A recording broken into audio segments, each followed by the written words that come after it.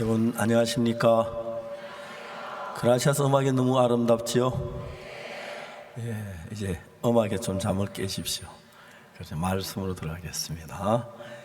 어제 제가 읽었던 열왕기하 4장 펴주시기 바랍니다. 열왕기하 4장 1절부터 읽습니다.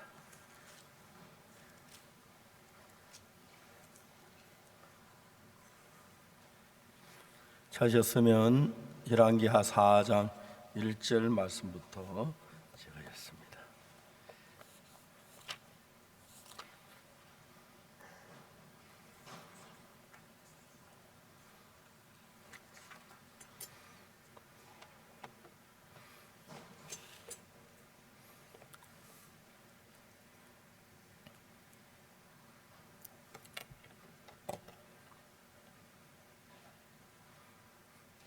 지금부터 읽겠습니다.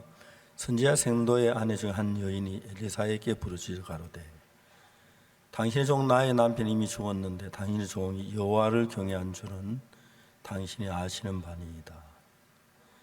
이제 체주가 이르러 나의 두 아이를 취해 그 종을 삼고자 하나이다. 엘리사가 저에게 이르되 내가 너를 위해 어떻게 하랴? 내 집에 무엇이 있는지 내게 구하라. 저가 가로되 계집 종의 집에 한 병 기름 외에는 아무것도 없나이다. 가로되 넌 밖에 나가서 모든 이웃에게 그릇을 빌라. 빈 그릇을 빌 때 조금 빌지 말고 너는 내 두 아들과 함께 들어가서 문을 닫고 그 모든 그릇에 기름을 부어서 차는 대로 옮겨 놓아라. 여인이 물러가서 그 두 아들과 함께 문을 닫은 후에 저희는 그릇을 그에게로 가져오고 그는 부었더니 그릇에 다 찬지라. 여인이 아들에게 이르되 또 그릇을 내게로 가져오라. 아들이 가로되 다른 그릇이 없나이다 하니 기름이 곧 그쳤더라. 여인이 하나님 사람에게 나아가서 고한데 저가 가로되 너는 가서 기름을 팔아 빚을 갚고 남은 것을 내와 너 두 아들이 생활하라 하였더라. 거기까지 읽었습니다. 저희들이 해마다 봄, 가을로 이렇게 두 차례 대전도 집회를 합니다. 집회를 하는 동안에 제가 말씀을 준비하면서 말씀 속에는 하나님의 마음을 발견하면 얼마나 감사한지 말로 다 알 수가 없습니다. 창세기를 읽어보면 시작할 때 태초에 하나님이 천지를 창조하시니라 하고 이렇게 기록이 되어 있습니다. 그다음에 땅이 혼돈하고 공하고 흑암이 깊음 위에 있고 하나님의 신은 수면에 운행하시니라. 하나님이 가라사대 빛이 있으라 하시면 빛이 있었고 그 빛이 하나님의 보시기에 좋았더라.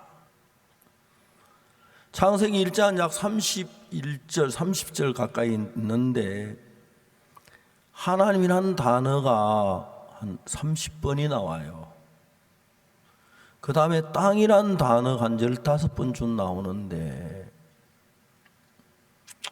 태초에 하나님이 천지를 창조하시니라 하신데 바로 땅은 하고 이야기를 하는 거예요.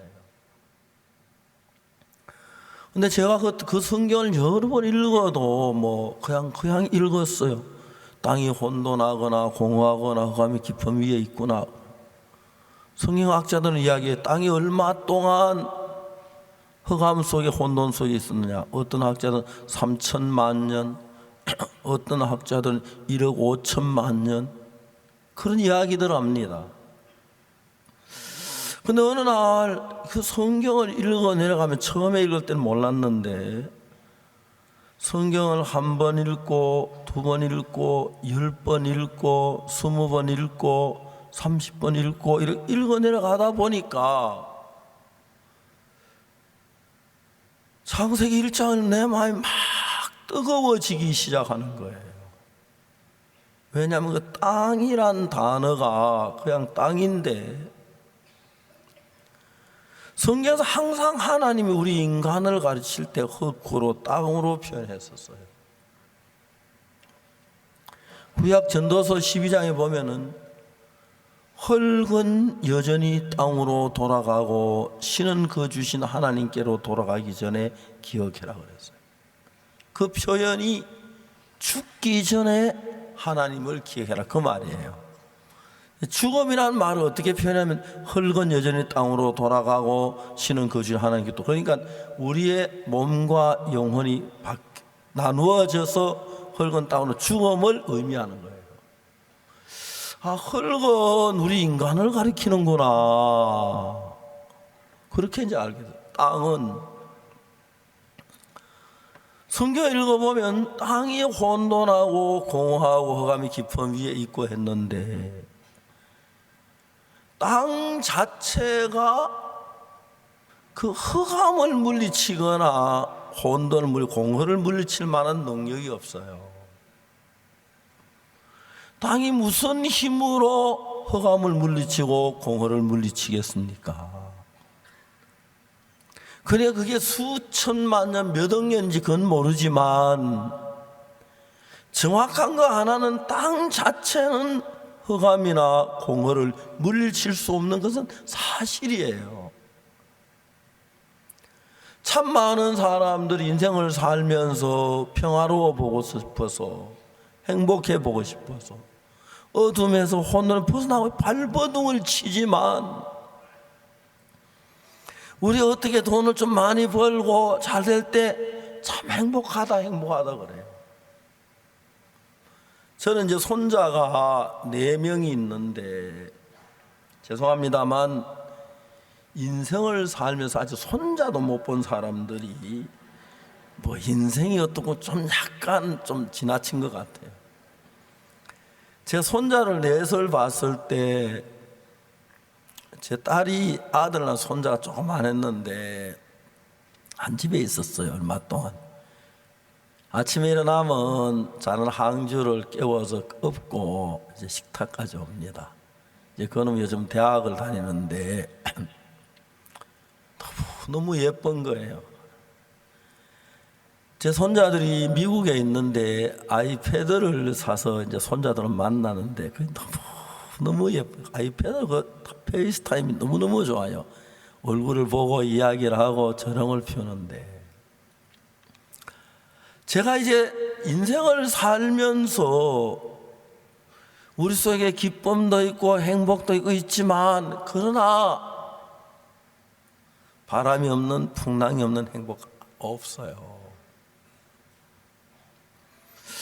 근데 우리 속에 어둠이 왔을 때 슬픔이 왔을 때 두려움이 왔을 때 근심이 왔을 때 병이 왔을 때 이런 세계를 어둠이라고 말합니다.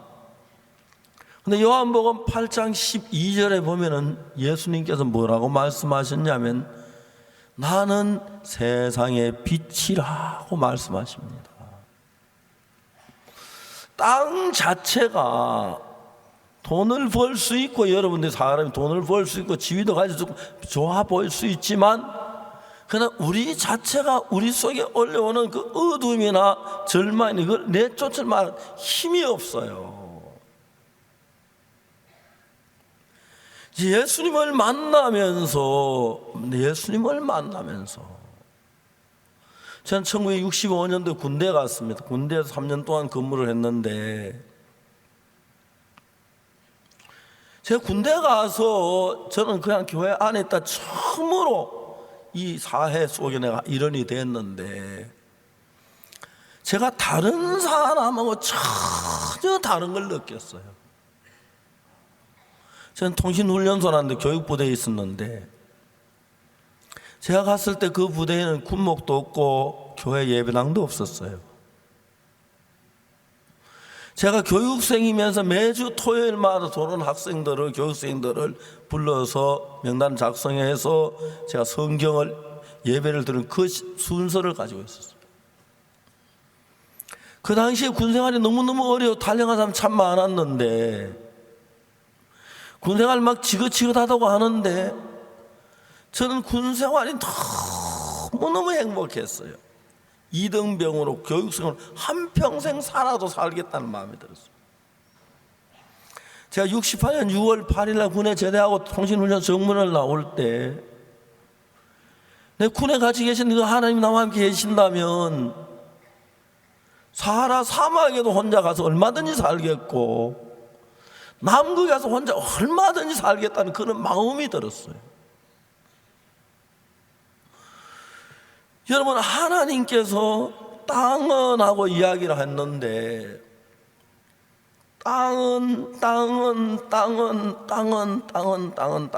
나오는데 한참 내려가다 하나님 뭐라면 땅은 씨 맺는 채소와 열매 맺는 과목을 내라. 그냥 마음이 뜨거운 거예요. 하나님이 땅을 보고 씨 맺는 채소 열매 맺는 과목을 내라. 꽃을 피우라 열매를 맺으라는 거예요.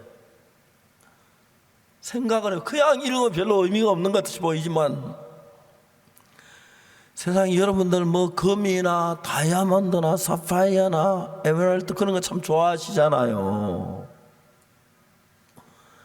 하나님 금을 보고 뭐 꽃을 피우거나 열매 맺 그런 얘기 하지 않았어요. 다이아몬드를 보고 그렇게 말씀하지 않았어요. 다이아몬드 가루를 만들어가 산더미 쌓아놓고 거기다 사과나무 심으면 다 죽어요. 황금 막 갈아가 산더미 쌓아놓고 물 주고 거기다 사과나무 심으면 죽는데 땅은 신비하게도 놀랍게도 땅에는 싹이 나고 꽃이 피고 열매, 그게 너무너무 아름다운 거예요. 하나님께서 그런 귀한 직분을 인생에게 주었어요. 그리고 저는 제가 삶을 살면서 저는 부족하지만 하나님의 말씀을 전하는데 그 말씀 사람의 마음에 들어가면 그 마음에 꽃이 피고 열매를 맺는 걸 봤어요. 그게 너무 아름다웠어요. 한번 집에 전화가 왔어요. 여보세요? 예, 목사님 여기 전주인데요. 어떤 형제가 저한테 전화했어요. 김충환 형제가 말입니다. 전북대 병원에 입원을 했는데 암이 심해져서 지금 며칠 더 못 살까 2, 3일 가기 어렵다고 말해요. 그 형제가 그렇게 안 좋아? 예, 목사님. 그때 마침 저희들 교회에 있는 김성훈 목사님이 전주에 볼일이 보러 가 있었는데 김성훈 전화했어요. 그 전북대 병원에 가서 김충환 형제 좀 병문안 좀 하고 오세요. 예.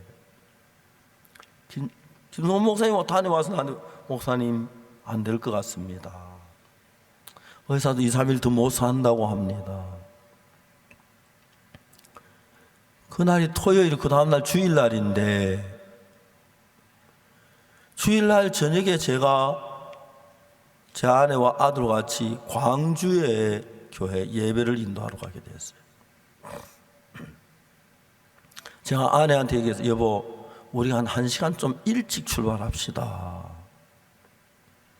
전북대 병원에 가서 지나가는 길에 김충환 형제 좀 만나고 갑시다. 그래서 저희들이 이제 전북대 병원에 가서 김충환 형제 병실을 찾아 들어갔어요.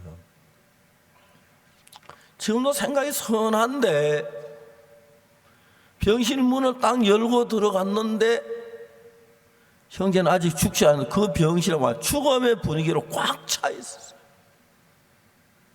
그 형제의 아내는 저쪽 뒤 침대 뒤에 고개 숙이고 슬픔에 젖어 있고 형제는 죽었는지 살았는지 침대에 누워 있는데 인기척도 없고 그 어머니는 침대 앞에 눈물만 줄줄 흘리고 있었어요.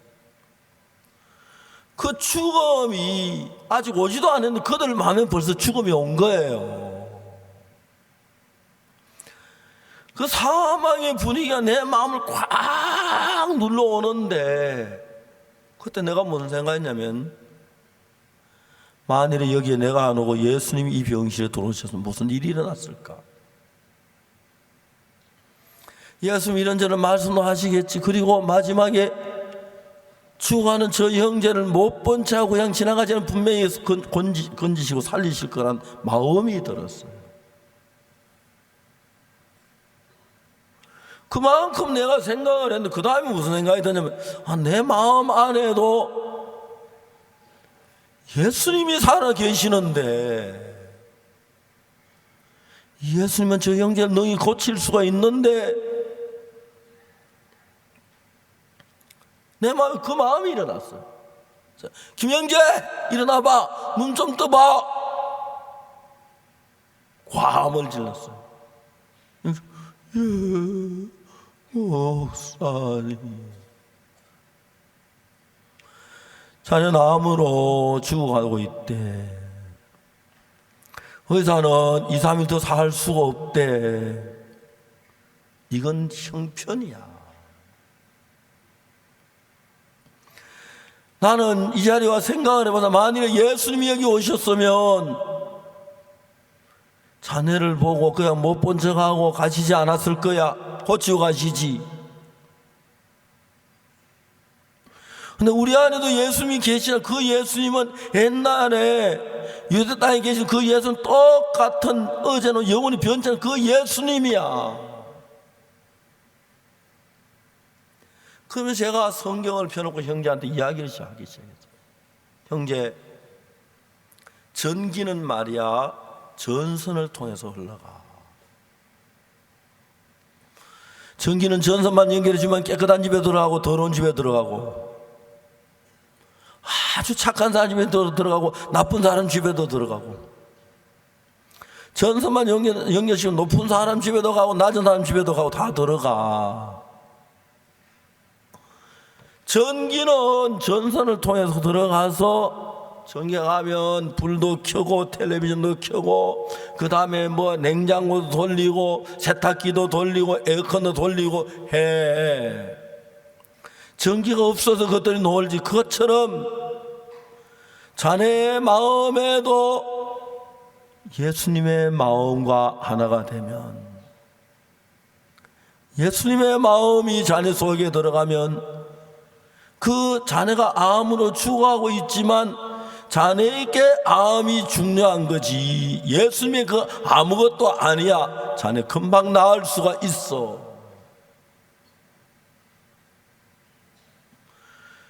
내가 경험한 예수님은 살아계신 분이고, 내가 경험한 예수, 이런 모든 일을 행하시는 하나님이시기 때문에, 그래서 전기는 전선이 연결될 때 들어가 일을 하는 것처럼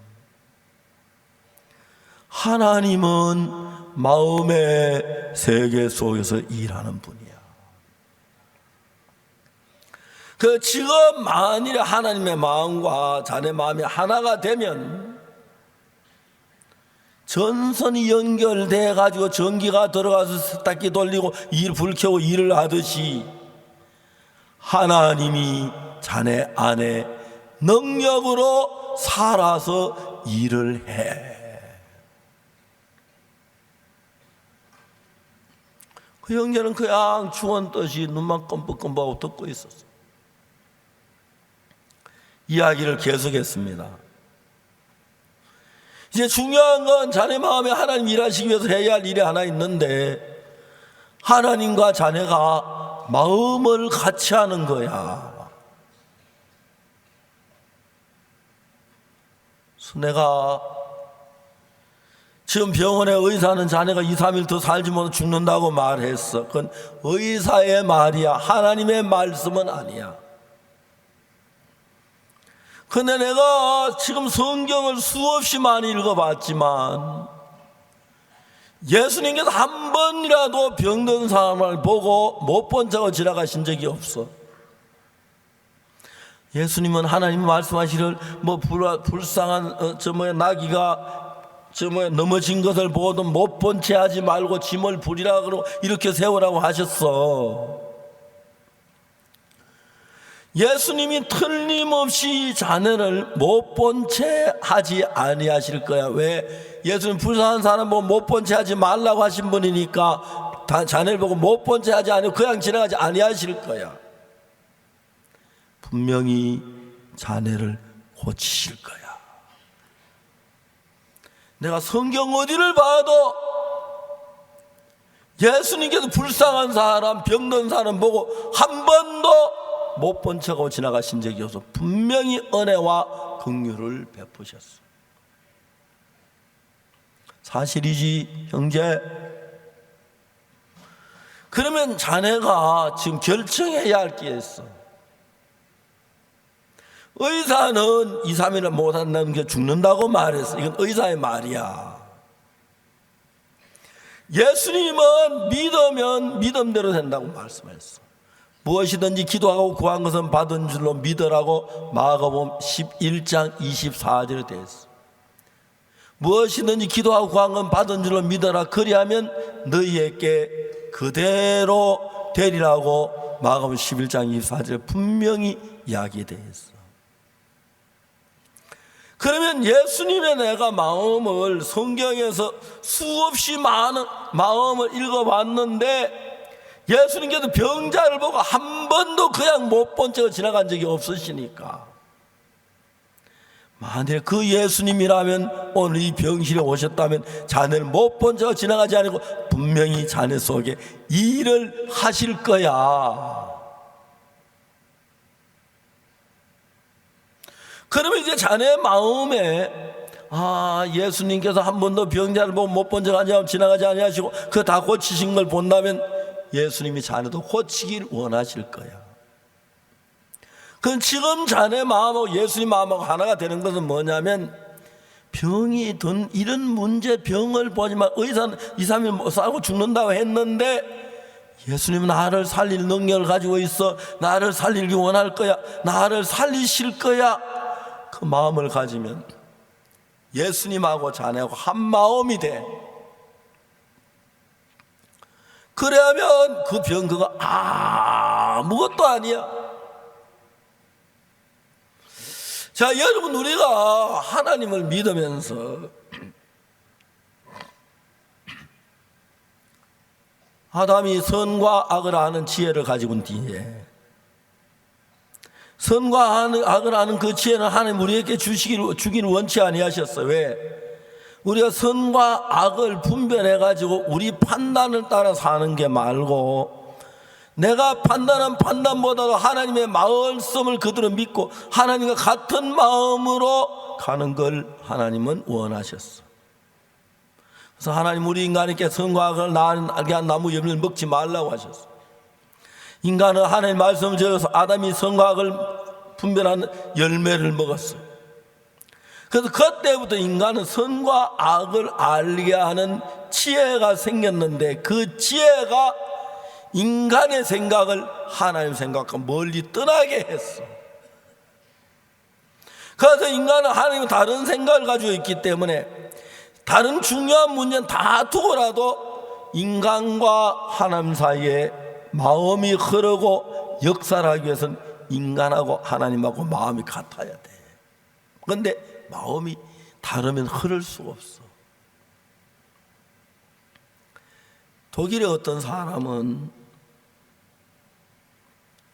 맥주를 그렇게 좋아해요. 늘 냉장고에다 맥주를 갖다 놓고 심심할 때마다 마시는 거예요. 이 사람은 어느 날 무슨 생각하냐면, 맥주 공장에서 자기 집까지 수도 파이프를 연결해서 언제든 수도 꼭지를 털면 맥주 줄줄 나오면 얼마나 좋을까? 그런 기발한 아이디어를 하나 개발했어요. 그날부터 이 사람 한평생 소원이 맥주 사러 안 가고 집에 수도 꼭지 털어가지고 맥주 마시, 이게 소원이라서 돈을 모으고 모아서 그래가지고 집을 맥주 공장 곁으로 이사를 갔어요. 그거 한평생 소원이면 할만하죠, 그죠? 맥주 공장장을 찾아갔어요. 자기 소원을 이야기했어요. 굉장히 웃으면서 참 좋은 소원이시네요. 그렇죠. 우린 바쁘고 귀찮아서 그 일을 못합니다. 이 사람이 무슨 일을 했냐면은, 당신은 귀찮아서 못해주고 나는 이게 내 한평생 소원인데 어느 게 이기겠냐 생각을 해봐라. 결국 자네는 당신은 해줄 거다. 예, 그렇지만 안 됩니다. 그래서 그날은 돌아갔어요. 그 이튿날 아침에 공장에 출근해 딱 기다리고, 안녕하십니까? 잘 주무셨어요? 아직 생각 덜 하셨어요? 안 됩니다. 예, 안 되지. 그러면 다음에 또 내려오겠습니다. 그 다음날 굉장히 바빠 일들이 많은데 와 딱 기다리고 있는 거예요. 맥주 공장 사장이 공장장이 생각을 했어요. 야, 이 사람 진짜 귀찮게 안 해주면 안 되겠다. 그래서 허락을 했어요. 어떻게 했습니까? 이젠 공사비 견적을 내고 맥주 파이프를 수도 파이프를 집까지 달아가지고 맥주를 털매하도록. 그날 저녁에 친구들 다 뭐 맥주 파티한다고 집에 초대했어요. 친구들이 와봤는데 컵만 탁자 위에 잔뜩 놓여있고 맥주는 하나도 안 보이는 거예요.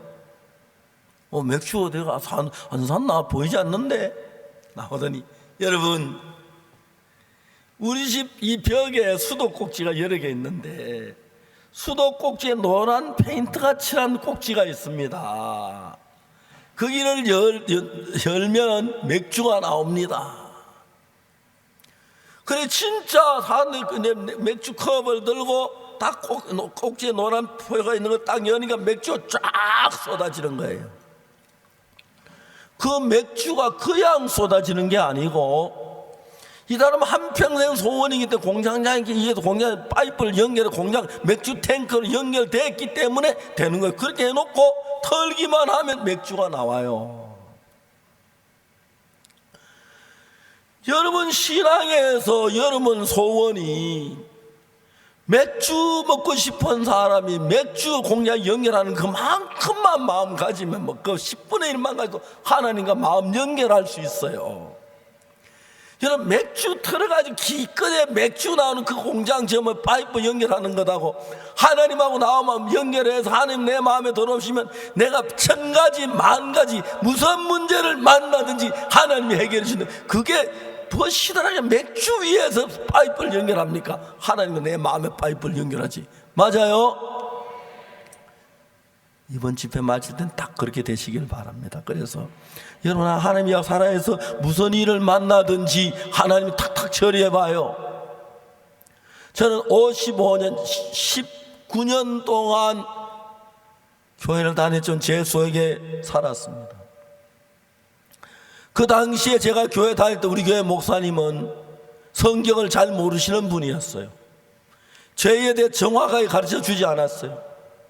요한 1서 1장 9절 만일 우리가 우리 죄를 자백하면 저는 미쁘시고 의로우사 우리 죄를 사하시며 모든 불이 우리 깨끗해, 그 성경 한 구절밖에 모르셨어요.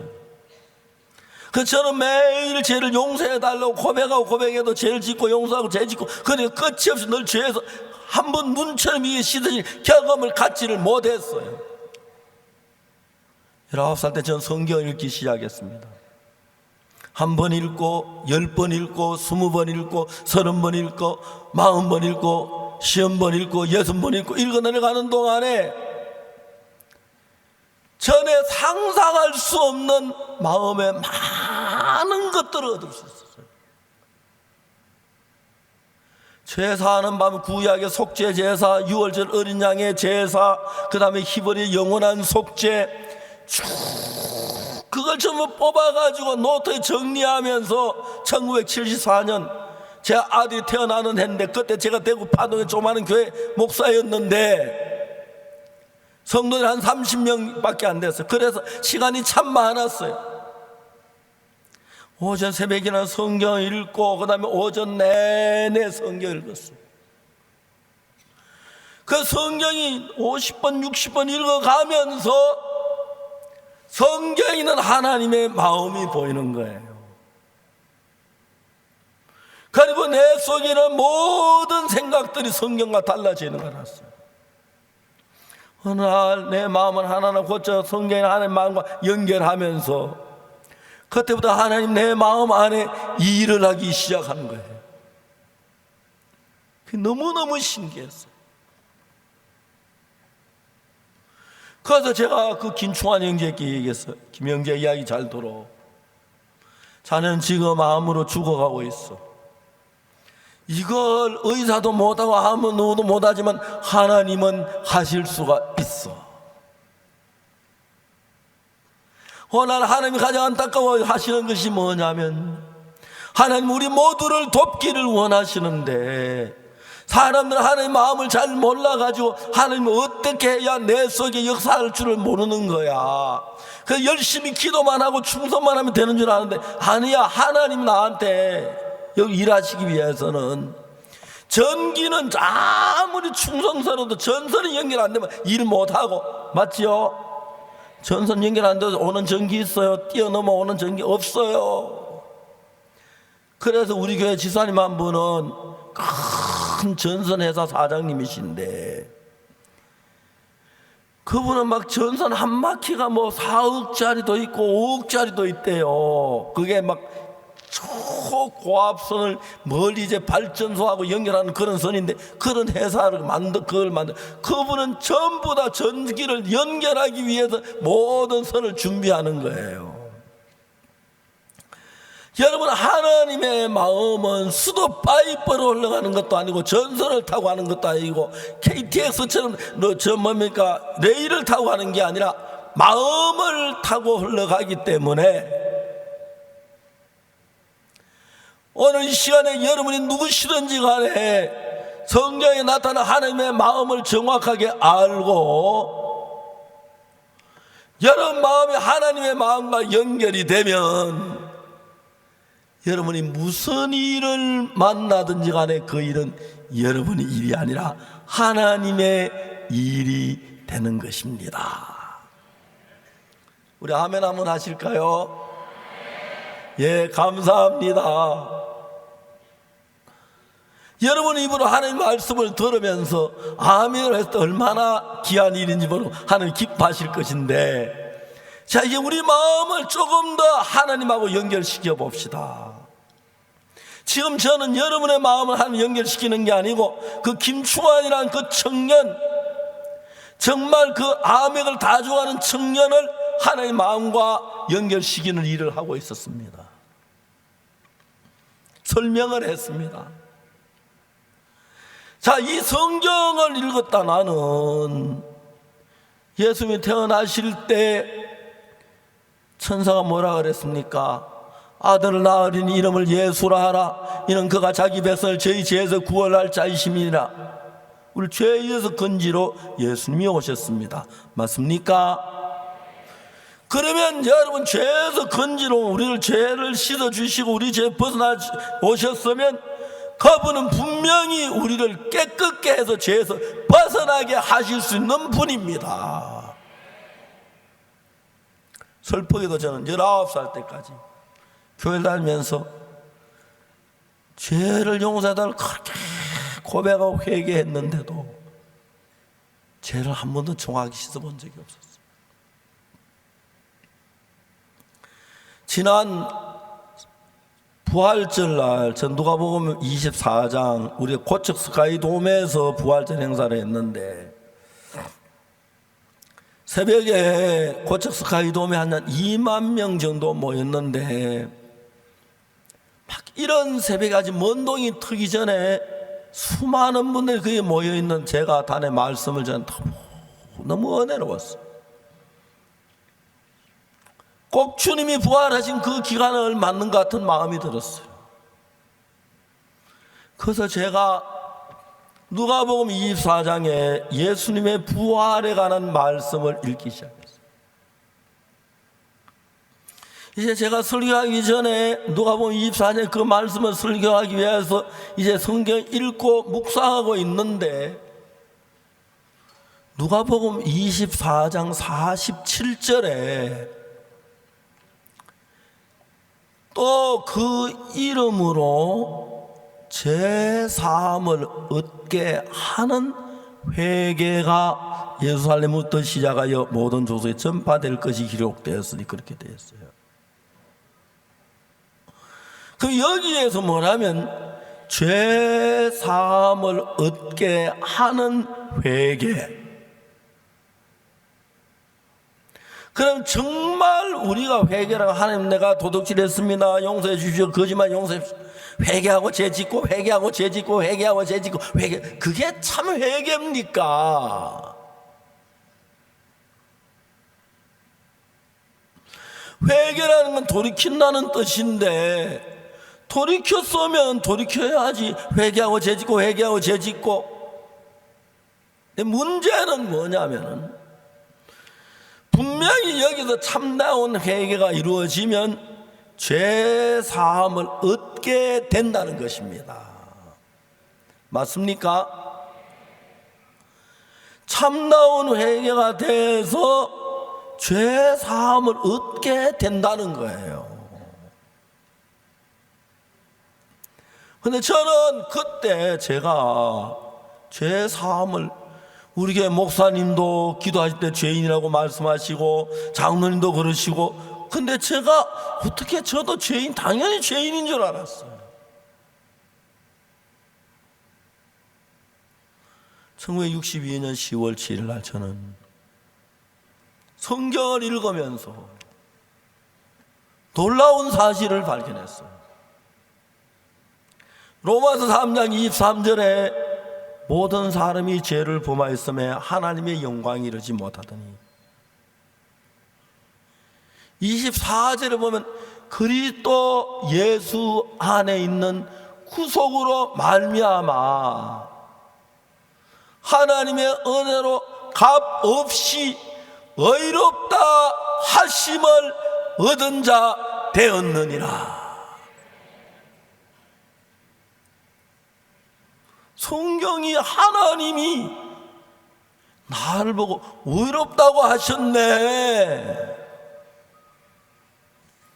하나님 나를 보고 의롭다고 하셨어.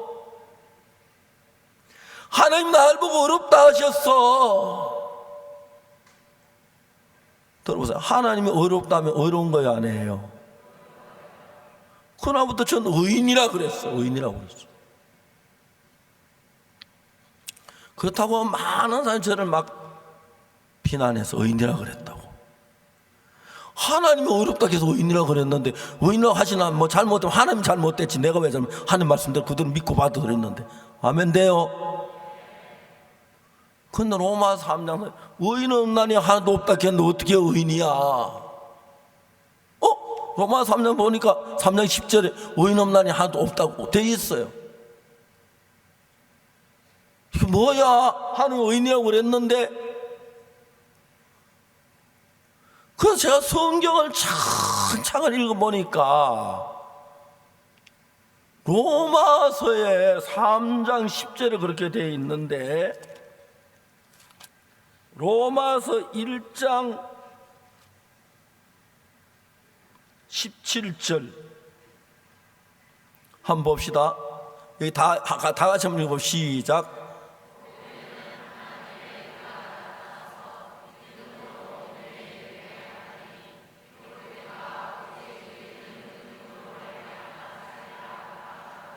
자, 여기 의인이 있습니까? 없습니까?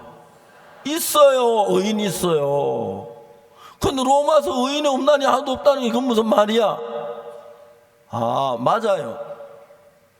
우린 다 죄인이었어요. 그래서 의인이 아니었어요. 근데 예수님이 우리 죄를 씻어주셨고 그걸 믿음으로 받아들일 때 의인이 되는 거예요. 의인한 사실은. 그래서 의인이 없나니 하나도 없는 거, 우리 스스로 죄를 안 지은 의인이 없다는 걸 얘기하고, 예수님의 피로 죄가 사해지면 의인이 되는 거란 사실을 성경에서 발견할 수가 있습니다. 맞습니까? 그런데 대부분 사람들은 성경을 거의 안 읽는 것 같아요. 의인 없나니 하나면 성경 조금만 읽으면 의인이란 말이 너무 많이 나오는데, 그러면서 성경을 부분적으로만 알고 있어. 그런데 저는 성경을 창세기부터 요한계시록까지 수십 번을 읽으니까 이게 전부 풀려지더라는 것입니다. 자, 창세기 6장을 한번 찾아봅시다.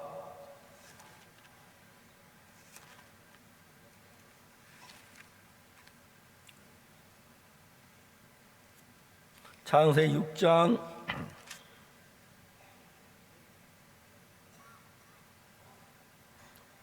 9절 다 찾아보겠습니다. 읽어보겠습니다. 시작. 노아의 사적은 이러하니라. 노아는 의인이요 당세 완전한 자라. 그가 하나님과 동행하여서. 분명히 여기 의인 나오지요. 의인 나와요.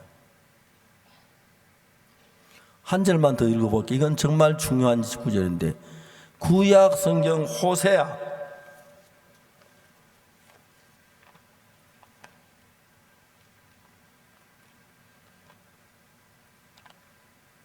호세아를 찾아봅시다.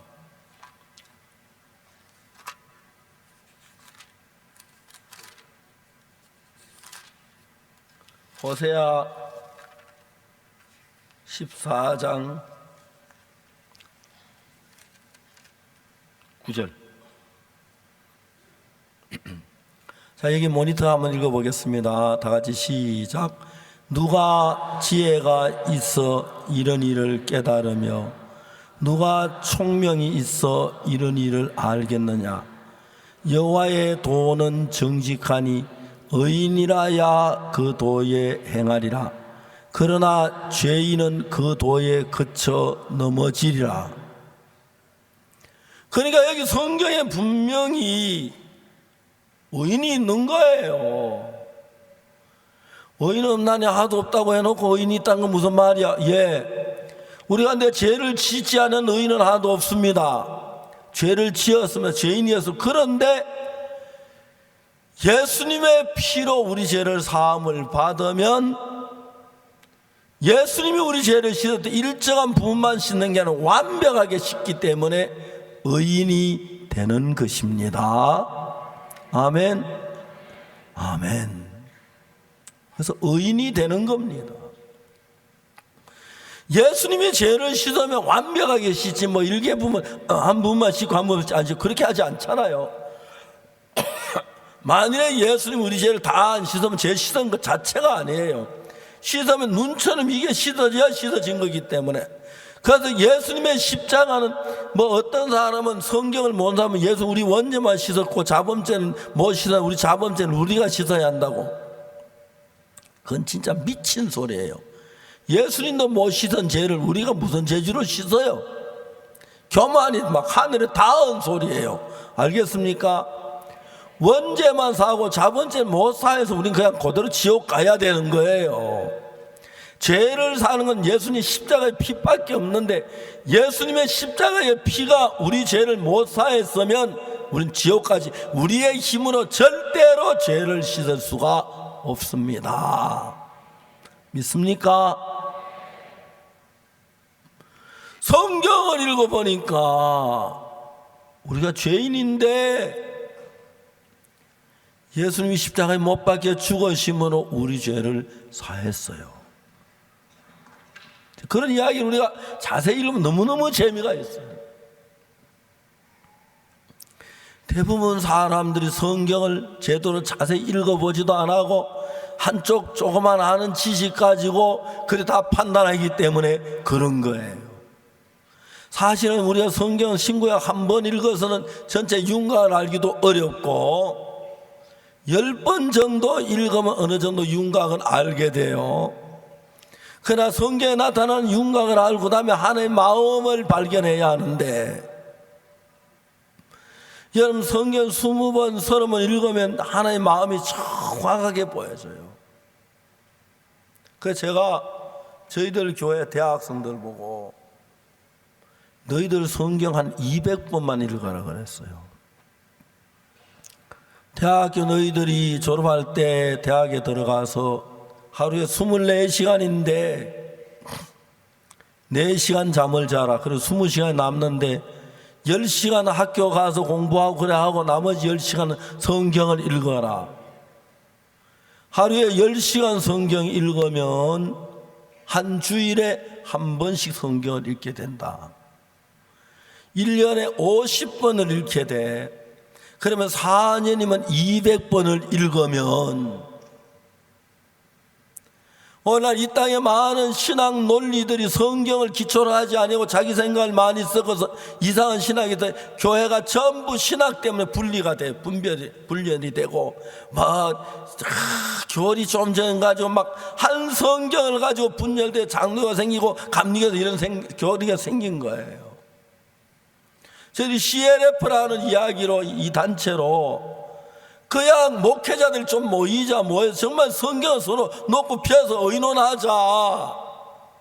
교리를 중심으로 하지 말고, 뭐 어떤 교회는 좀 뭡니까? 좀 교리적이면 좀 문제가 있을 수 있어요. 왜냐하면 마르틴 루터 당시에도 교리적인 좀 문제가 있었고, 모든 성인 주면 교리적인 문제도 있고, 그렇기 때문에 그거 따지지 말고 성경을 펴놓고 우리가 마음을 같이 한번 나눠보자. 그런 이야기들 해요. 제가 김충환이라는 형제에게 정확하게 이야기했습니다. 만일 형제의 마음이 하나님의 마음과 하나가 연결되면 하나님 형제하고 마음이 흘러 들어가. 어제 저에게 얘기했죠. 하나님은 슈퍼컴퓨터처럼 하나님 안에 평안도 있고 사랑도 있고 기쁨도 있고 능력도 있고 지혜도 있고 성령의 충만함도 있는데, 나는 적은 PC, 적은 컴퓨터인데 그 슈퍼컴퓨터가 와이파이로 온라인돼서 연결만 되면 슈퍼컴퓨터 안에 모든 걸 내가 가져올 수 있는 것처럼, 여러분의 마음이 하나님의 마음과 하나가 되면 거기는 모든 걸 끄집어내서 내 것을 삼을 수가 있습니다. 오늘 아침 우리가 열왕기하 4장을 읽었지요, 그죠? 열왕기하 4장에 나오는 선지자 생도의 아내에 대한 글을 읽었지요. 이 선지자 생도의 아내는 믿음이 없는 여자였습니다. 그래서 자기 남편이 죽고 난 뒤에 두 아들을 잘 키우고 싶었습니다. 열심히 돈을 벌 아들 훌륭하게 키우고 싶어서 사업을 하다 보니까 빚이 많이 진 것 같습니다. 그런데 이제 빚을 해결할 길이 없어서 빚이 이자가 붙고 점점 더 빚이 커지니까 결국 빚에 있는 돈을 받을 수 없으니까 두 아들을 잡아다가 종으로 팔아먹겠다고 선언을 했습니다. 이제 이 여자는 자기 두 아들이 종으로 팔려가지만 자기의 능력으로 할 수 있는 일이 아무것도 없었습니다. 그때 이 여자는 마음을 바꾸는 겁니다.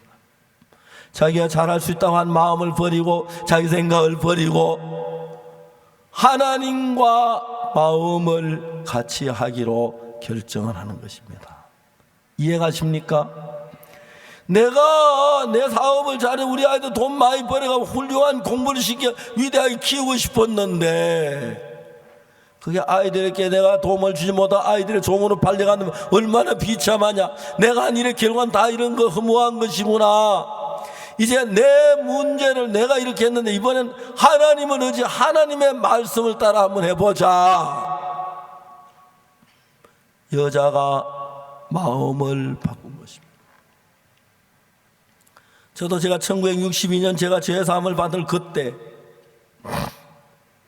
제가 19살이었는데 제가 하는 게 모든 게 실패였다는 걸 발견했습니다.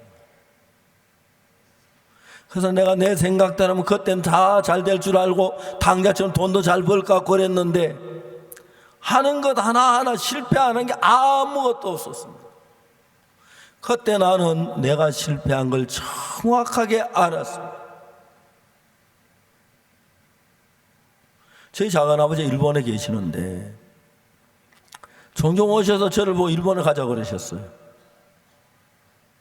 가려고 저도 그랬는데 그때 일본하고 한국어 수교가 안 돼서 합법적으로 갈 수가 없어 밀선을 타고 가는 걸 생각했어요. 어느 날 이야기를 들으면 어떤 사람들이 밀선을 타고 일본을 가는데 선장이 막 배 대가 캄캄한 밤에 돌더니 어느 바닷가에 내리라고 하더라고요. 내리라고 하면서 뭘 하냐면 당신들 일본 사람 걸리면 안 되니까 산에 올라가가지고 날이 새길이 날이 새거든 등산 갔다 온 것처럼 수건 어깨 메고 막 그래 체조하며 내려오라고. 그 사람들이 전부 다 산에 올라가가지고 이제 날이 새길 기다렸어. 날이 딱 새서 이제 일본말 좀 배운 거 하면서 막 내려오는데 간판에 한국말로 돼 있는 거예요. 마산이라고 써있어. 마산.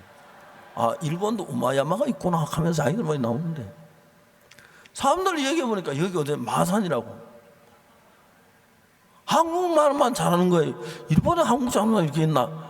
나중에 마산에 갖다 내려놓은 거예요. 그래가지고 선주를 찾아가 항의하니까 선주가 뭐라고 말하냐면 어떤 사람이 배를 이틀 빌려다도 배를 돈 받고 빌려준 것밖에 죄가 없다 하는 거예요. 어떤 사람은 그 좋은 그 선장을 마산에 갖다 내려놓고 나쁜 사람 바다에 또 던져버린다 하더라고. 그래서 일본 가는 거 포기했어요.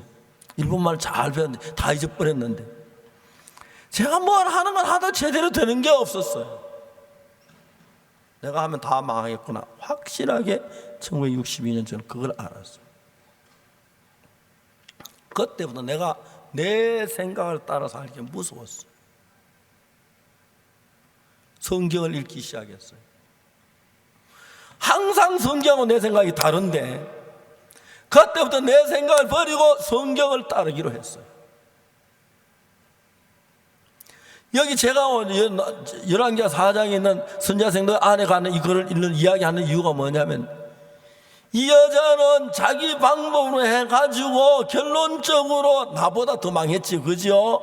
난 그래도 뭐 별로 망한 건 없는데 그 여자 자기 두 아들 종으로 얼마나 비참해요. 자기 아들 훌륭하게 키우고 싶었는데 그랬지요. 그러니까 이제 나는 내 인생 하나님께 맡기겠습니다 했을 때 여자는 어떻게 해요? 하나님 말씀 그대로 해야지, 그죠? 맞아요? 근데 여러분 우리가 너무 오랫동안 아담의 후손 사탄의 이끌림 받아오다 보니까 우리 생각이 하나님 생각 다 틀리는 거예요. 그런데도 네가 내 말을 믿을래 하고 하나님 물어보는 거예요. 알겠습니까? 그러니까 하나님이 아브라함 보고 내가 아내 이름은 사리라고 하지만 사라라고 해라. 그가 네게 아들 낳아주려고 하니까 아브라함이 하면 생각 들잖아요.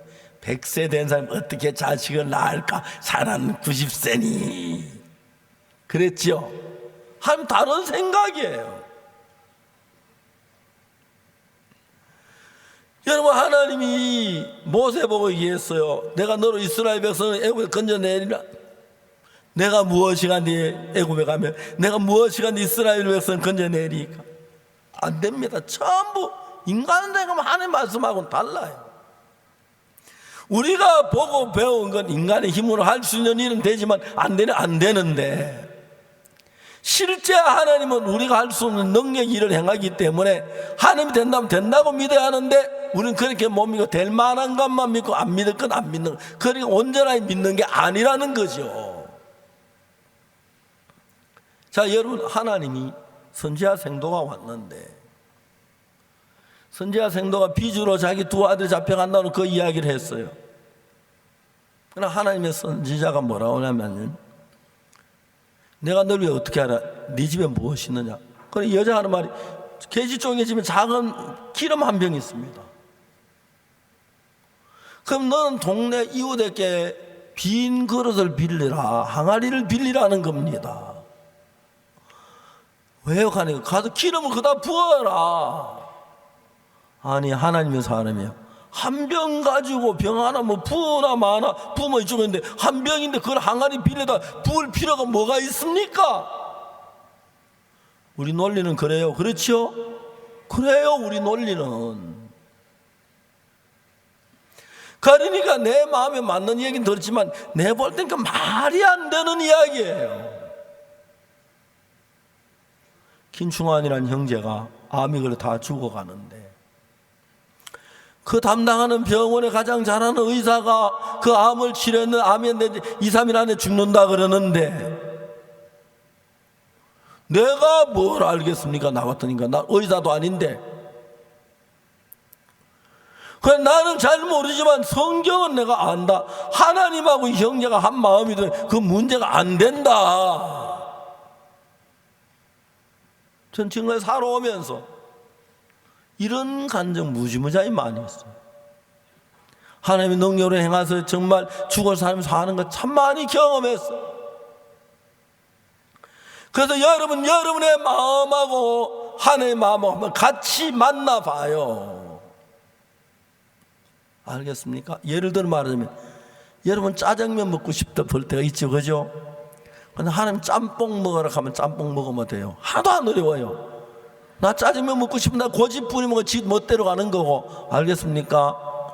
하나님 탕수육 먹으라 하면 탕수육 먹으면 되고, 그 뭐야 짬뽕 먹으면 짬뽕 먹으면 되고, 안 그러면 돼지고기, 안 그러면 저 요즘 뭐야 그 감자탕 먹으면 감자탕 먹으면 되고. 외국에 귀한 손님들이 저희들 집에 자주 오시는데 전 사람이 좀 약간 별나요. 한 번은 제가 이 손님 감자탕 좀 대접해야겠다. 우리 집은 깜짝 놀란 게 외국 사람들이 뭐 감자탕을 대? 감자탕이 어때서? 왜 그런 음식을 대접 좀 좋은 거 화려? 아니 한국에 오시면 한국 좋은 것도 잡숴보지만 감자탕이 좋은 거야. 그래가지고 제가 감자탕 집을 갔습니다. 아세요? 이 감자탕 비싼 거 아닙니다. 이 고기를 뜯어내고 남은 뼈에 붙은 걸 주는 건 삶아주는 건데 재미있으면 잡숴보시오. 그분이 장관님이신데 너무너무 잘 먹고 싶죠. 드셨어요. 다음에 또 감자탕 사달라 하더라고요. 제가 이게 비싼 건 아주 싼 음식입니다. 이 비싼 건 아주 비싼데 이건 싼 음식인데 한번 잡숴.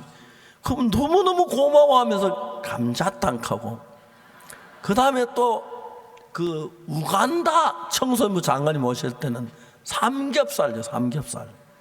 그건 뭐 돼지고기 이렇게 비싸지 않잖아요. 삼겹살 딱 해서 구워가지고 먹는데 이분은 완전히 돼지고기 삼겹살 팬이 됐어요. 그래서 한 말이 자기는 우간다에 가서 돼지고기 삼겹살 장사를 하고 싶대요. 우리 집에 왔는데 우리 집 사람이 막 크다란 전자 그 뭐 전기 그 뭡니까 그 볶는 데 있잖아요. 해놓고 그 이름 뭐라 그러죠? 팬 위에 놓고 전기 막 탁 또 높여놓고는 막 돼지고기 막 삼겹살 갖다 놓고는, 죄송하면 제가 먹는 거 좋아해 자꾸 뭐 침이 넘어가는데 괜히 그 얘기했네. 너무너무 좋아하는 거예요. 또 우리 사람 꼭 격식 있는 것만 합니다. 비싼 거, 좋은 거. 그런데 외국 사람들이 그런 거 잡숴봐야 돼요. 이번에 여기도 외국에서 모두 많이 오셨는데 지난번에 그 외국에서 여기 성경 공부를 오신 분 한 60여 분 돼요. 근데 짜장면을 사줬어요. 짜장면 꽃배기로 6,000원 합니다. 6,500원. 그러니까 60명 해도 뭐 큰 돈은 아니잖아요. 이분 너무너무 좋아하는 건데 문제는 또 사달라는 거예요.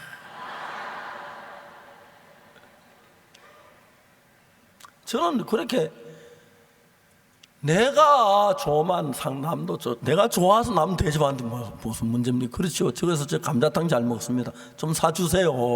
제가 먹을게요. 우리가 전도사님, 제가 뭐 호주에 가 있는 전도사님 집에 그 저 모친이 감자탕 전하는데 좀 멀어서 그런데 한 번씩 가요. 가면 잘 해줘요. 잘 먹고. 내가 지금 무슨 얘기하다 이 얘기. 야 김영재, 너 이야기 들어봐. 맥주도 파이프 연결하고 압력주만 들어가지고 흘러가지, 그지요? 야 맥주가 먹고 싶어서 공장에 맥주를 집까지 연결한 사람이 있는데 네 마음이 하나님과 연결해봐. 얼마나 좋겠노. 하나님 마음이 흘러오면 맥주하고 비교가 되겠어 이 사람아? 그래요 안 그래요? 그 허들에 그 헛간 술 취하면 뭐 열 올라가고 고혈압되고 나쁜데 그 몸 건강한데 술 연결하려고 수도 파이프 연결하는데 하나님과 마음 한번 연결해봐. 어떤 여서 하나님의 영이 들어오면 네 모든 문제 하나님으로 말미암는 삶을 살게 돼. 선지자 생도가 자기 방법이 다 끝났으니까 이제는 하나님 방법을 찾아서 나갔죠. 그죠? 자기 할 대로 다 해봤어요. 할 대로 했고 하고 또 해도 자기 아들이 종으로 팔려가는 그 슬픔에서 벗어날 방법이 자기에겐 없는 거예요. 이해가죠? 바로 이거예요. 여러분 하에서 뭐 아파트 살 수 있고요. 좋은 정말 고급 성경차 살 수 있고요. 좋은 옷 입고 아이들 공부 시켜 잘할 수 있지만 그러나 참된 평안은 여러분 돈 가지고 되어지지 않습니다. 그리고 죄를 씻는 것도 돈 가지고 되어지지 않습니다. 노력 가지고 되어지지 않습니다. 예수님의 피로 되어집니다. 그 일을 위해서는 하나님하고 여러분의 마음이 어떠면 지금 뭐지 찍하고 그 있죠, 아이들 그 노래 마징가 잭 하면서 찡 하듯이 하나님의 마음이 딱 연결되면 그때 놀랍게도 전선이 연결되면 전기가 돌아오듯이 여러분 마음에 하나님의 성령이 살아서 일을 하기 시작합니다. 그럼 여러분 속에 인간의 능력으로 할 수 있는 일만 아니라 우리가 할 수 없는 일도 하나님은 하시기 때문에 암환자로 죽어가는 사람에게도 하나님에게는 소망이 있게 되어지는 겁니다. 제가 제 아들하고 아내하고 같이 전북대병원에 가서 1시간 못되게 있으면서 자세히 설명을 했습니다. 그 형제가, 김충환이라는 형제가 예 목사님 감사합니다, 와주셔서 고맙습니다, 믿겠습니다, 알겠습니다. 자네 하나님이 자네 병 고칠 건 믿어? 예 믿습니다. 그래 그거야. 그러면 믿음대로 하나님 역사해. 빨리 일어나 나간다 하고 손 흔들고 광주 갔다 집회하고 그날 밤에 이제 아들하고 아내하고 같이 왔어요, 서울에. 그러면 정신사 다 잊어버렸는데 한 열흘쯤 지났는데 아침 먹는 전화가 왔어요. 여보세요. 그 형제 목사님 김충환입니다. 다 죽어가는 사람이 뭐 2, 3일 못 산다고 하는데 열흘이 지났는데 목소리가 막 힘이 있고 튼튼해요. 그래 잘 지냈는가? 예 목사님 잘 됐습니다. 어때? 하니까 예 병원에서 진찰했는데 제 몸 어디에도 암세포가 하나도 없다고 연락을 받았습니다. 그래서 오늘 퇴원합니다.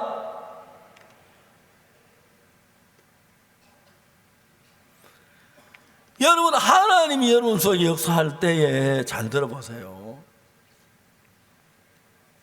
어떤 문제가 있냐면 암 걸린 사람들이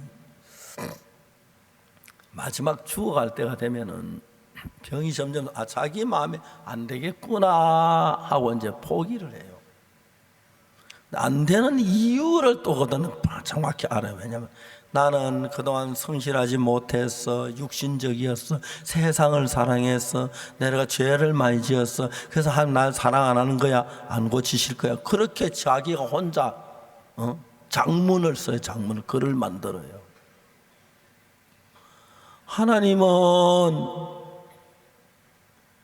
여러분들의 허물을 보시지 않는다고 했습니다. 언제부터? 예수님이 십자가에 못 박혀 죽으신 그날부터. 예레미야 31장 34절은 뭐라고 됐냐면 내가 그들의 죄악을 사하고 다시는 그 죄를 기억지 아니하리라 여호와의 말이니라. 따라해 봅시다. 내가 그들의 죄악을 사하고 다시는 그 죄를 기억지 아니하리라 여호와의 말이니라. 여호와는 하나님의 이름입니다. 알겠습니까? 하나님 이름을 걸고 하시는 말씀입니다.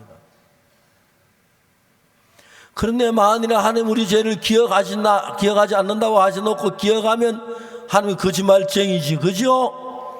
하나님 죄인이죠. 자, 하나님 우리 죄를 사하신다고 해놓고 안 사하면 하나님 거짓말쟁이지요. 그래서 하나님 예수님을 십자가에 못 박혀 죽게 했지요. 그 십자가에 죽으면 여러분 죄를 대해 죽었지요. 그럼 여러분 죄가 사해졌어요, 안 사해졌어요? 그런데 죄인이라 하면 돼요? 예? 하나님이 내가 그들의 죄악을 사하고 다시는 그 죄를 기억지 아니하리라 여호와의 말이니라. 구약에 재밌는 건요. 구약에는 제단이 있어요. 제단이 요거보다 크지요. 장이 5규빗, 폭이 5규빗, 높이가 3규빗. 1규빗이 45cm니까 5규빗쯤 되면은 2m가 좀 더 못 되죠. 그 정도 넓어. 제단이 있어요. 제단에 뿔이 이렇게 해서 뿔이, 제단에 항소 뿔인지 뭐지, 제단 사각 모퉁이 뿔이 있는데 그 뿔은 제단에 왜 달아놨느냐 물어보니까 성경에서 그걸 또 찾아봤어요. 찾아보니까 양을 잡아서 속죄 제사를 드릴 때 제사장 앞에 양을 한 마리 끌고 와요. 양을, 알겠습니까? 양을 끌고 와서 어서 빨리 와, 가자. 빨리 와. 양은 아주 착해, 죽을 줄 알면서 잘 따라와요.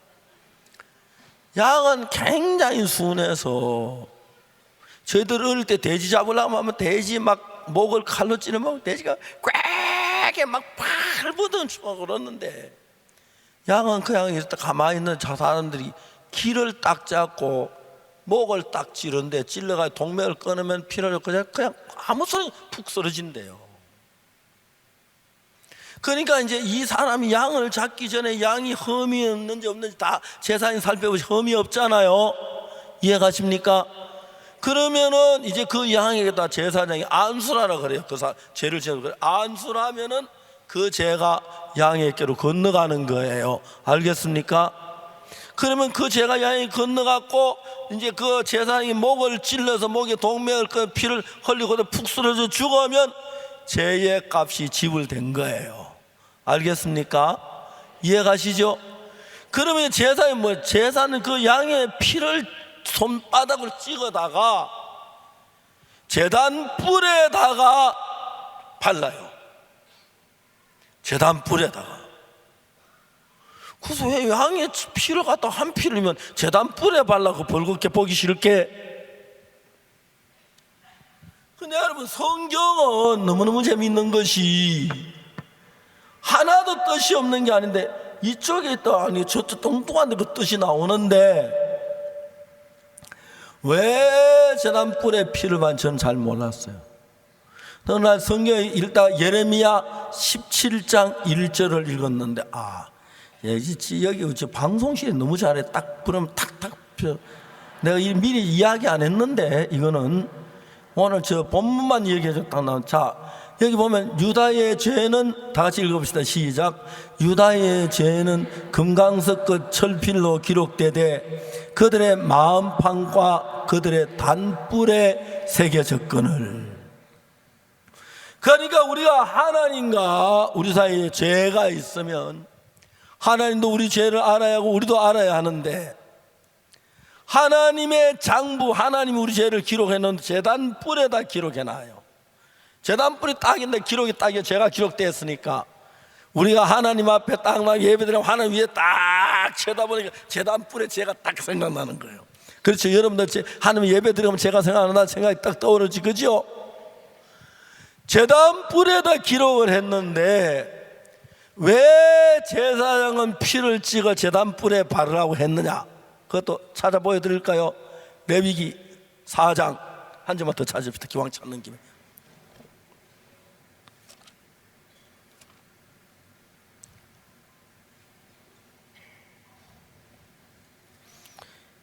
레위기 4장 29절. 그 속죄제 희생의 머리에 안수와 그 희생을 번제소 잡을 것이요. 30절. 제사장은 손가락으로 그 피를 찍어 번제단 뿔에 바르고 그 피 전부를 담 밑에 쏟고. 자, 이제 이 속죄 제사를 지낸 뒤에 제사장이 그 피를 손가락으로 찍어가지고 번제단 뿔에 바르는 건 뭐냐면 양이 죽을 때 죄가 다 씻어졌으니까 죄의 기록을 피로 도말한다, 칠해서 지운다, 이런 뜻입니다. 알겠습니까? 그래서 하늘나라에 양의 피를 칠함으로 우리 죄에 대한 모든 기록이 지워졌습니다. 언제 기록을 지우는지 아십니까? 죄가 다 해결됐을 때. 그렇죠?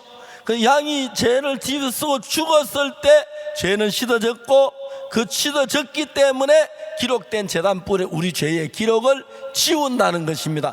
이해가십니까? 이게 구약시대의 양을 잡는 방법입니다. 그런데 여러분, 더더욱이 놀라운 사실은 뭐냐면은, 조금만 더 이야기하겠습니다. 그 당시에 제사장은 죄를 지을 때마다 제사를 드리고, 또 죄 지면 또 제사를 드리고, 또 죄를 지면 제사를 드리고. 왜? 이 세상은 시간계이기 때문에 제사를 드렸지만, 제사를 한 죄를 사했는 그 뒤에 짓는 죄는 이미 과거로 제사가 지나갔기 때문에 사지 못해서, 죄를 지을 때마다, 이 세상에는 시간계라서 죄를 지을 때마다 제사를 드렸습니다. 그래 여러분, 이 세상은 시간계고 하늘나라는 영원계지요. 그렇죠? 맞아요. 영원계는 영원히 시간이 흐르지 않는 걸 영원계라고 말합니다. 이해가십니까?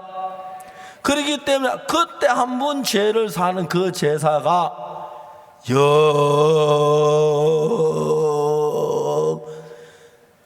소프라노 노래 볼 때 굉장히 노래 길게 하더라고요. 막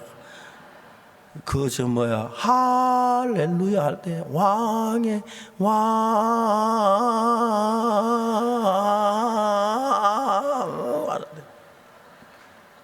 그걸 소프라노 참 잘하더라고요. 길게 하는데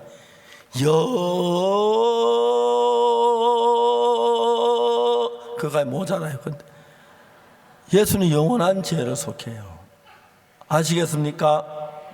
그래서 죄를, 구약시대는 양을 잡아 제단불에 피를 함으로 죄가 사해졌는데, 그때는 시간 순간적으로 죄를 사하고, 예수님은 피를 가지고 이 세상에 있는 제단뿐인 게 하늘나라 제단에 영원한 제단, 영원히 죄를 사하는 능력을 가졌다. 이해가십니까? 여기는 다음에 더 자세히 하겠습니다만 성경 한 절만 보고 마치겠습니다. 히브리 9장 11절. 히브리 9장 11절.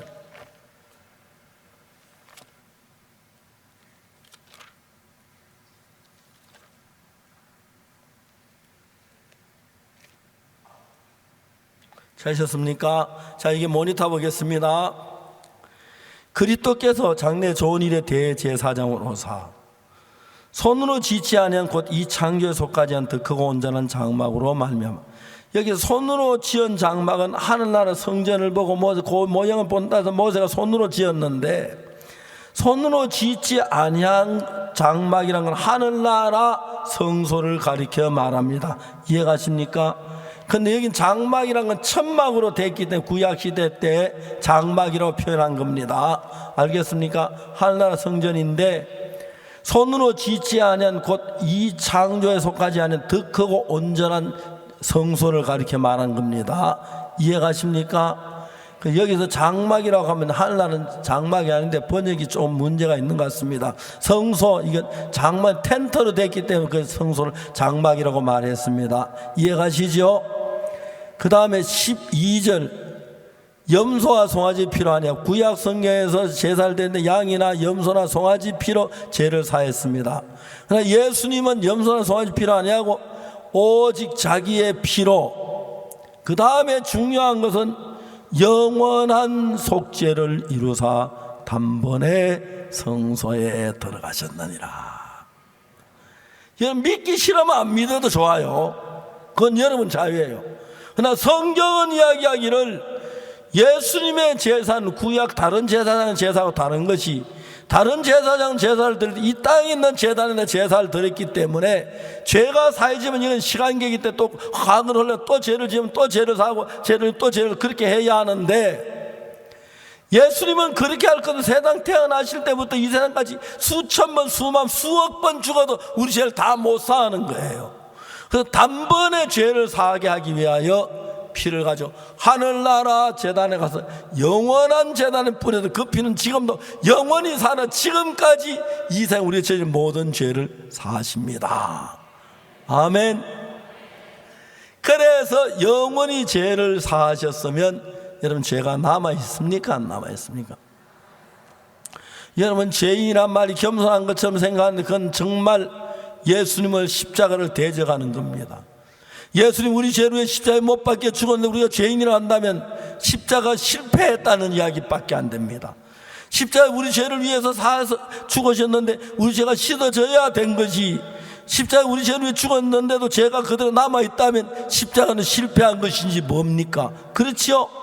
자, 이야기 들어서 예수님의 십자가는 절대로 실패하지 않았습니다. 우리 죄를 사하셨는데 완벽하게 눈보다 더 희게 깨끗하게 사했습니다. 아멘. 할렐루야. 아멘 되십니까? 한번 할까요? 아멘. 할렐루야.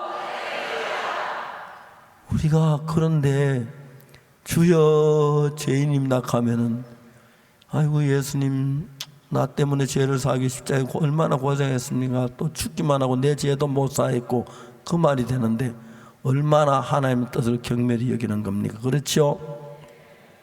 그래서 우리 생각엔 죄인인 것처럼 보일지라도 선지자 생도의 아내가 자기 방법으로 안 되니까 어떻게 했습니까?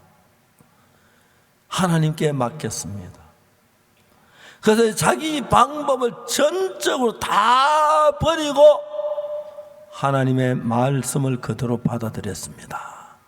그래서 자기가 볼 때는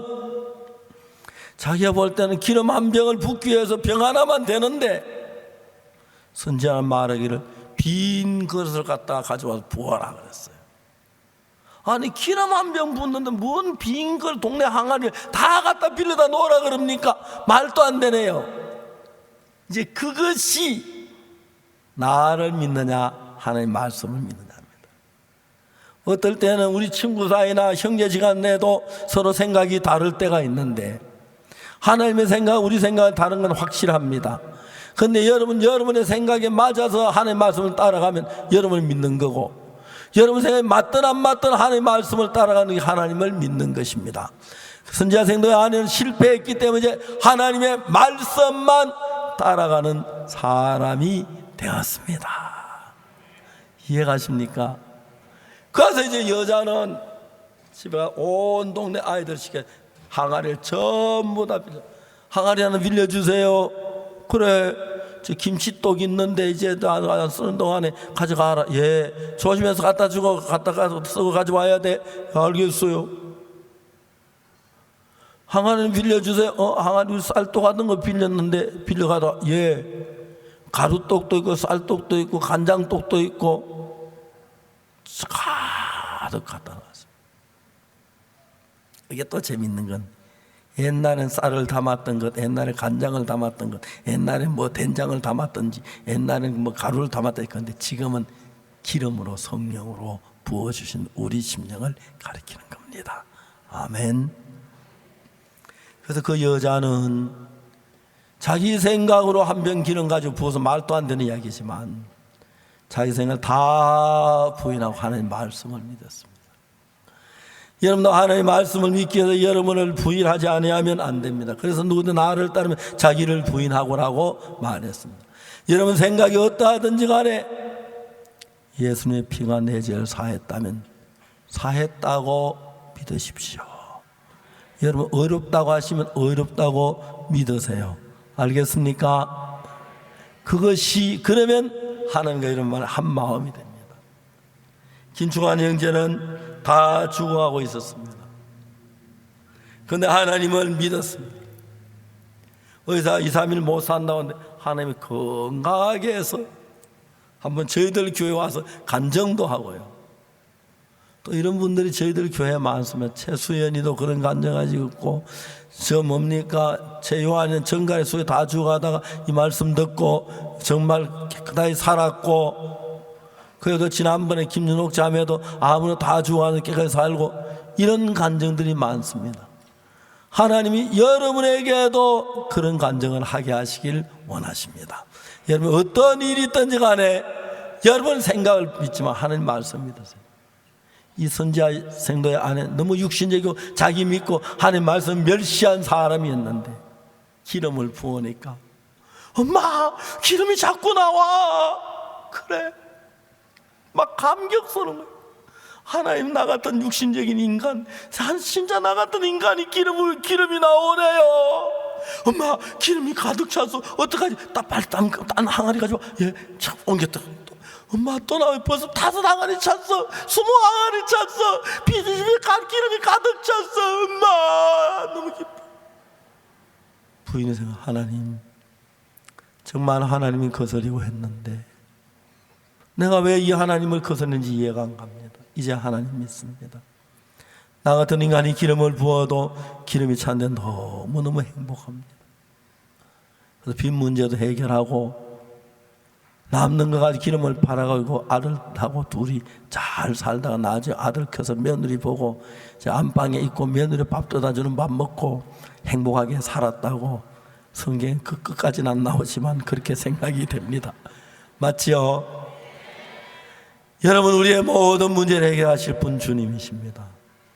그 주님이 아직 죄를 해결하지 못한 분이 있습니까? 믿으십시오.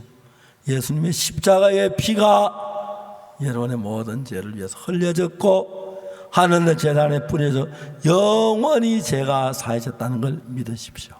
오늘 제가 이 부분 좀 더 구체적으로 말씀해 드리겠습니다. 오늘 이게 마치겠습니다. 기도하겠습니다. 거룩하신 하나님 아버지 감사합니다. 죄로 멸망을 받은 우리를 사랑하셔서 예수님 오시 십자가에 못 박혀 죽으시면서 우리를 모든 죄에서 건져주셨습니다. 우리가 지금까지 우리 생각을 믿었는데 하나님 믿는 믿음을 주시고 하나님 같은 마음이 돼서 하나님 우리를 어렵다고 했을 때 우리도 어렵다고 믿음으로 받아들이면 하나님의 영이 우리 속에 들어 우리를 이끌고 축복해 주실 줄 믿습니다. 우리 모두에게 이 복된 이 집회를 통하여 죄에서 벗고 하나님과 함께하는 참된 하나님의 자녀를 삼아 주시기를 빕니다. 감사합니다. 예수님 이름으로 기도드립니다. 감사합니다. 이제 1부 시간 끝났고 2부 신앙 상담하는 시간을 가지겠습니다.